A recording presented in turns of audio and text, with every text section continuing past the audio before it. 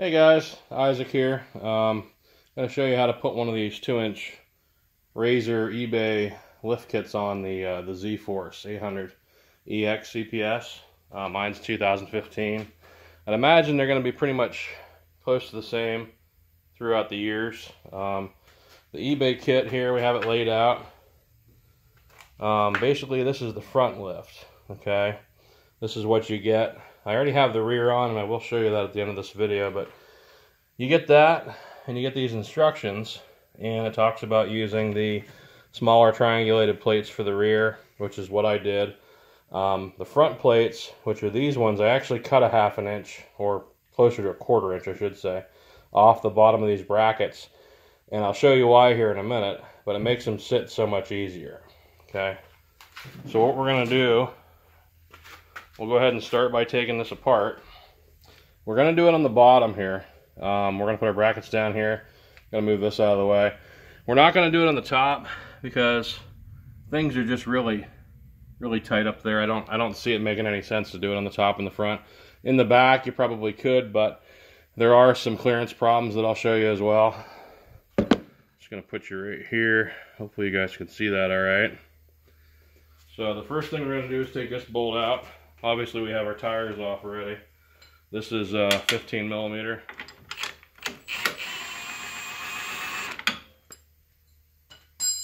Okay, and just lift up your suspension arm, pull that bolt out. It's not very hard. Just make sure when you have it jacked up that you do have it supported by stands and that you don't have anything pushing up on the A-arm, because you want the A-arms to be free for movement here, so you can move this up and down as you need to. Alright, so we're going to move this out of the way. We need to get this brake line out of the way. This is 10 millimeters right here. Just going to buzz that off. And all I did, you'll see there's a bunch of holes on here. Right in here. This is the factory hole that it goes in. There's also other holes that are already threaded through here. But I just moved this up to here because you need this to be clear right here to put your new bracket in. So, put you back up there. So we're just going to put that bolt, just going to move this up, and you'll see that these are under some kind of spring tension here, so you just kind of move that up, tighten this up a little bit, stretch this one out if you need to. That just protects your brake lines. We're just going to put that back in on the next hole up, just like that. That keeps it away from your tire when you're going to turn and whatnot. Okay, the next thing, we're going to take our bracket. Okay, now again, I did cut these off, and I'm probably going to pull this back apart after I'm done with this video because I do want to paint these up. I also recommend doing that. Again, I took about a 1/4 inch off of here, mainly because this wouldn't clear here. You'll see right there, I've got it cut to where those holes line up just perfect right there. Otherwise, it would be hitting the A-arm. When I first got these brackets, this part was hitting the A-arm, and it wouldn't go down and allow that hole to line up. So now we got that there. Okay, that one's going to go here. This one's going to go on the inside of this side. Okay, just like that. And we're going to take our bolt. And our bolt and our washer that comes with the kit is going to go through this way. Right through like that.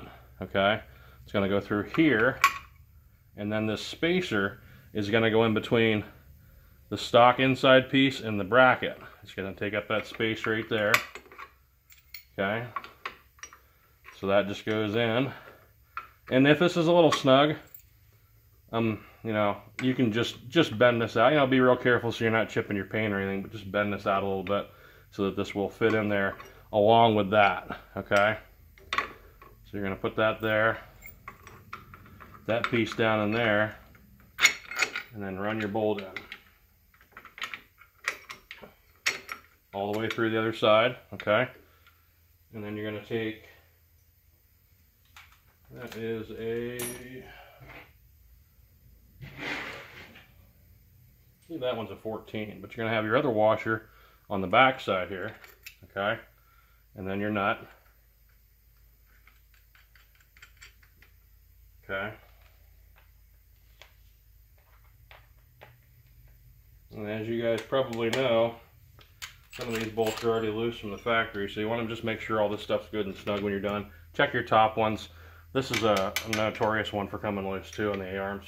Make sure they're all tight. Stay good and snug. Okay.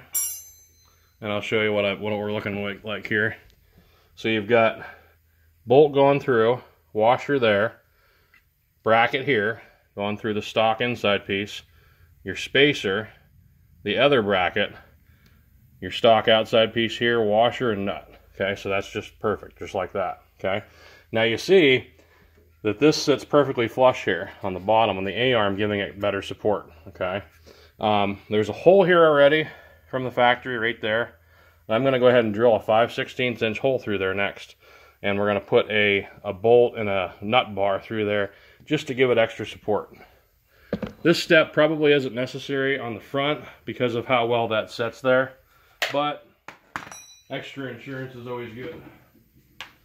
So it's going to come through here, right through that hole that's already existing, and just drill through the bracket.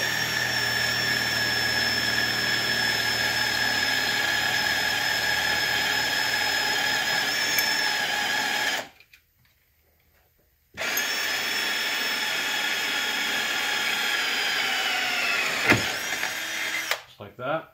Okay, and then for more support, I'm actually going with stainless steel hardware, but for more support, you're just going to run a bolt through here. And this isn't real crucial, as long as it's a decent bolt and not, you know, something real tiny, but something that's actually going to hold. Okay, so I have a bolt, I don't know if you can see that or not, a lock washer and a washer. I'm going to run it through this way, and I have a nut bar.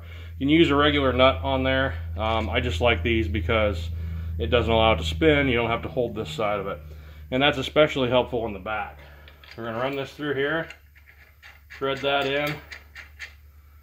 Okay. Let's change tools here quick for you. That one is a 13mm bolt. Just going to run that in so it's good and snug. Okay, I'll show you that. And that just keeps this tied into here so this can't rotate. Okay, so this can't move when you have your shock attached. So now we're going to put the shock on. So you're just going to pull your shock back out. Okay, you're going to take your stock bolt and your stock nut. Okay, and it just goes through the bracket right through the shock. Now, if you have trouble lining this up, just kind of hold that like that and move the suspension arm up and down if you need to.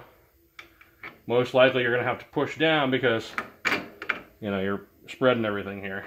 Just kind of move that around until it goes through. Put your nut on there. And this is a 15mm. And then just crank that back down just like it was. Okay, and that's pretty much done, guys. Very simple. It's just like it is on a Razor. Same setup, same brackets. Very easy to modify. There's really not much modification needed. The back's even easier, and I'll give you a look at that here in a second, but simple as that, okay?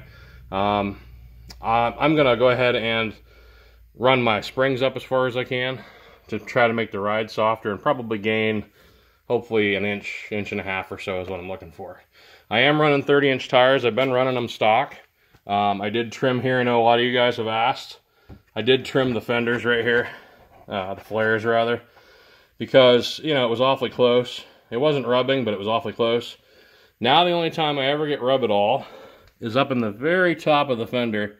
Sometime on, yeah, I know there's a lot of mud jammed up there yet. I got to get this thing cleaned up and ready for the next ride, but it'll bottom out up there sometimes under hard jumps on the landing. So that's pretty much it. 30-inch tires, stock wheels, stock machine until today with the lift. So we're going to come back here and I'll show you the back. Okay. The rear is also pretty simple. It's really not much to it. Let me see if I can get this light here so you guys can see better. There we go. All right, so already got the rear together. I was going to pull it apart, but I mean, I think you can get the idea there. We showed you with the front. Same basic thing.